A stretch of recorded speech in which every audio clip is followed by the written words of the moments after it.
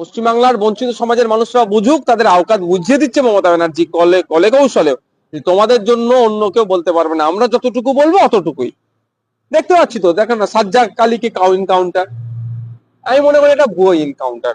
আমি মনে করি এটা বিচার বিভাগের তদন্ত হলে সঠিকটা বেরিয়ে আসবে। তার কয়েকদিন পরেই কুচবিহারে দেখুন, যে বাড়িতে ঢুকে এমন মেরেছে মহিলাকে, বয়স্ক মহিলা ছিলেন উনি, প্রায় বয়স 50-55 বছর, মারের চোটে মেরে ফেলেছে, পিটিয়ে মেরেছে মুসলমান মহিলাকে একজনকে। আবু সিদ্দিককে তো মামলা আমরা চালাচ্ছি, কোর্টে চালাচ্ছি, ওখানে বলছি এই ধরনের ঘটনা ঘটেছে।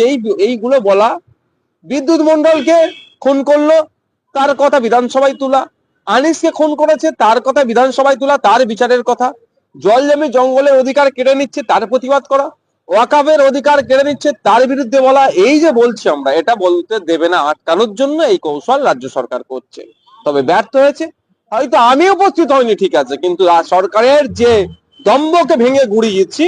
সরকার চাইছিল ঘরের মধ্যে ঢুকিয়ে দেবে ইনডোরে, আমরা আউটডোরই করেছি। রাজ্য সরকার চায় না মুসলমানের হয়ে অন্য কেউ কথা বলুক, রাজ্য সরকার চায় না দলিতের হয়ে অন্য কেউ কথা বলুক, রাজ্য সরকার চায় না আদিবাসীর হয়ে অন্য কেউ কথা বলুক। এই রাজ্য সরকার সবসময় চায় কি, এই পিছড়ে বর্গের যে সমস্ত জনজাতি গুলো আছে, উপজাতি জনজাতি জনগোষ্ঠী গুলো আছে, এদের মাসিয়া হিসাবে শুধুমাত্র তৃণমূল কংগ্রেস থাকবে, আর এই তোষণের নামে এদেরকে শোষণ করবে। এটাই মুখ বুঝে সহ্য করতে হবে।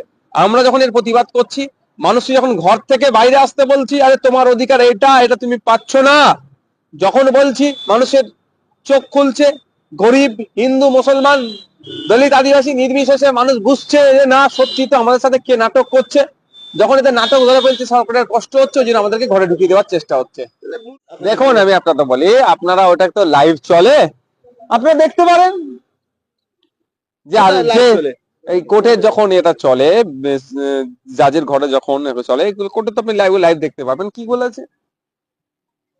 আমি আপনাদের বলে রাখি, 2023 সালের একটা ঘটনাকে কেন্দ্র করে বারবার আমাদের আটকানোর চেষ্টা হচ্ছে।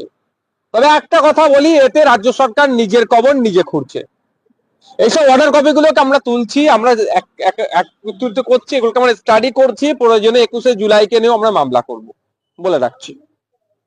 তখন 13 জন মারা গিয়েছিল, এটা মাথায় রাখতে হবে। 21শে জুলাই 13 জন মারা গিয়েছিল, তারপর ওখানে করা তো রাইট, তাহলে তৃণমূলের কিভাবে থাকে? আর আমাদেরকে বেল দিয়েছিল, নওশাদ সিদ্দিকী বেল পেয়েছে, সেখানে কোনো আমার ইনভলভমেন্ট নাই বলে আমি বেলটা পেয়েছি। ওই যে ঘটনা ঘটেছিল, বরঞ্চ আমাদের শান্তিপূর্ণ অবস্থান বিক্ষোভে পুলিশ লাঠিচার্জ করেছে, এটা মাথায় রাখতে হবে। এই যেগুলো রাজ্য সরকার যা করছে, হয়তো ভাবছো নওশাদকে আটকে দিলে খুব ঠিক করে আসছে, আরে দাঁড়াও, এই তো সবে শুরু হয়েছে, অনেক বাকি।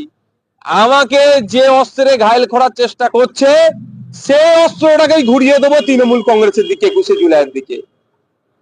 সেই অস্ত্রেতে ওদেরকে ঘায়েল করবো। আবার প্রতিষ্ঠা দিবস ইনডোরে ঢুকলে করতে পারবেন, আউটডোরে করতে পারবেন না, এই কথা রাজ্য সরকারের।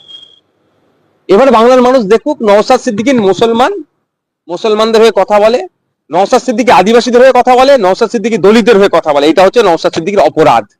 আপনি যদি বলেন আপনার অপরাধটা কি, আপনি কেন পারলেন না, আমি মনে করছি আমার অপরাধটা এটাই, আমি কেন মুসলমানদের অধিকারের কথা বলবো, আমি কেন দলিতদের কথা বলবো, আমি কেন ফেক ST/SC সার্টিফিকেটের বিরুদ্ধে কথা বলবো, আমি কেন জল জমি জঙ্গলের হয়ে কথা বলবো, এটা হচ্ছে আমার অপরাধ হয়ে গেছে।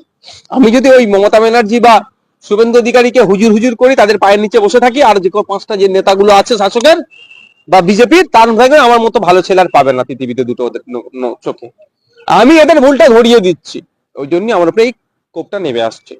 অনেক আমার ভালোবাসার ভাই দেখেছি, সত্যি আমাকেও কি ক্ষোভ হয়নি, আমারও কি রাগ হয়নি, তবে রাগ আর ক্ষোভটাকে সঠিক দিশাতে নিয়ে যেতে হবে। গলাতে ইস্তেমাল করলে চলবে না, সঠিক ইস্তেমাল করতে হবে এই রাগ আর ক্ষোভটাকে।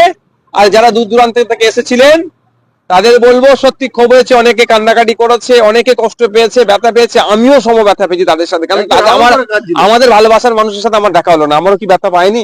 হয়তো আমার চোখ দিয়ে পানি বার হচ্ছে না, কিন্তু আমি ব্যথা পেয়েছি। কিন্তু এই ব্যথাটাকে সঠিক জায়গায় কাজে লাগাতে হবে।